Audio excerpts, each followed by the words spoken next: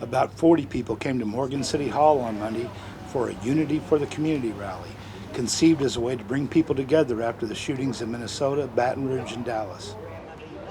The purpose is to bring unity to the community, which is our theme, to have everybody come together and be as one, just equality for all.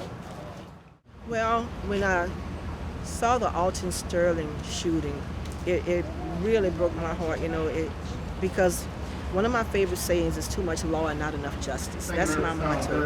And I didn't see where that shooting was justified in no way, and no one will ever make me believe it is. Then when the policeman got shot, that just came full circle for me. That's not what I want at all. That's not the way to bring about change. Hate is hate, either way it goes. And we're trying to promote love. Many speakers, scheduled and unscheduled, came to the microphone to give their views on why race relations remain such a difficult topic half a century after the Civil Rights Movement. We are all a member of one race, and that's the human race. So until we start to acknowledge the issues that are facing our parish, our community, then we're destined to continue in the same negative, or in the same path.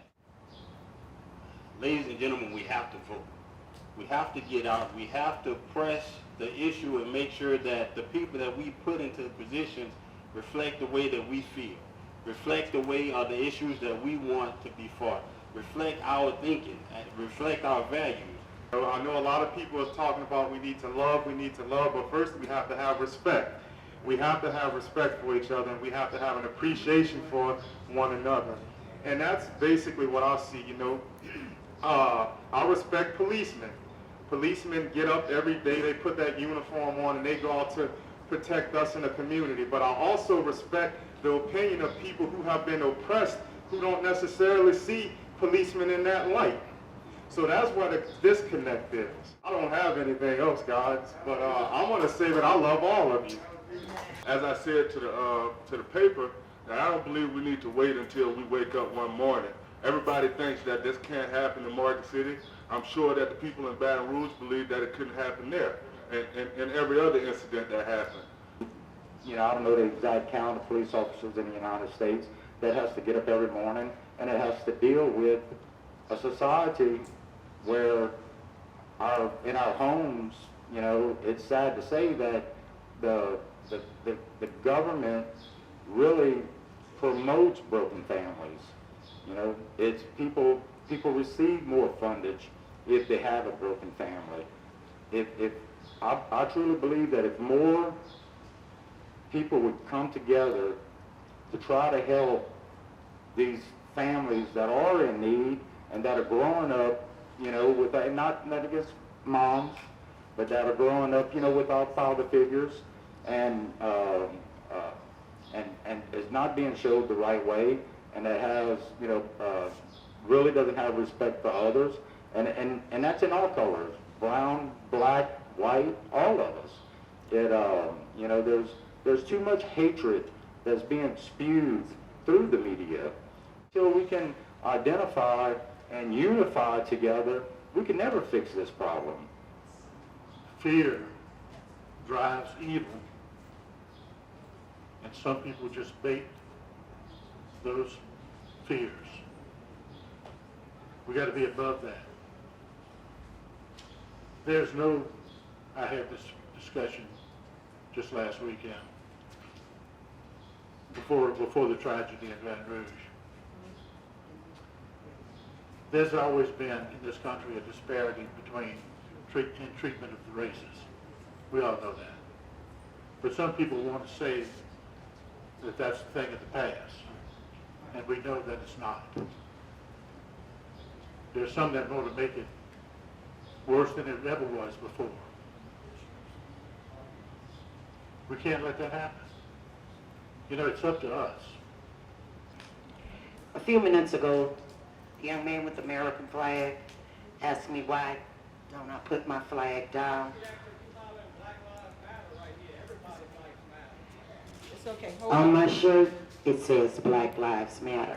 And the reason being, since I need to explain this to you, due to the fact Police was established during slavery to catch slaves. Hold up. He asked me a question I need to ask. And my ancestors were alive. That's what mattered. And the same way you love your country and your race, I do love mine and my race.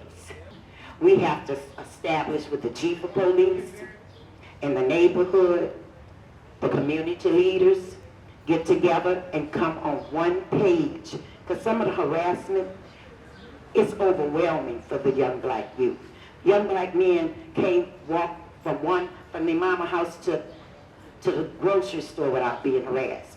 Every black neighborhood is considered a drug area. They have drugs in Lakeside, but none of the streets are considered as drug areas. That's my concern. When we talk about the problems that we have, we're talking about wickedness, sin, S-I-N. Sin has no distinction whether you're white, black, yellow, or green. Sin is sin. But for those of us that profess to be Christian and say, well, we love the Lord, well, you kind of wonder, because what needs to be said is, if my people who are called by my name will humble themselves and pray and seek my face and turn from their wicked ways, then will they hear from heaven and God will heal our land. We certainly need some healing in the land. Of my house. So my house, it was then on 2nd Street, about a block from what they call Cleansville, and they had a certain economic group in there, and they had certain ones across the track, okay? But I've seen a great evolution. I went to my son's physician. I went to a couple of his lectures. They had 125 in his class. And there probably were about 15 to 20 black physicians, and they graduated. But I've seen a change, but really the change is going to have to be really within yourself. The speakers were liberal and conservative, men and women, black and white, engaging in what the organizers hope will be a constructive dialogue. But is it realistic to expect change? Well, I would like to think it's realistic. I would like to think it is.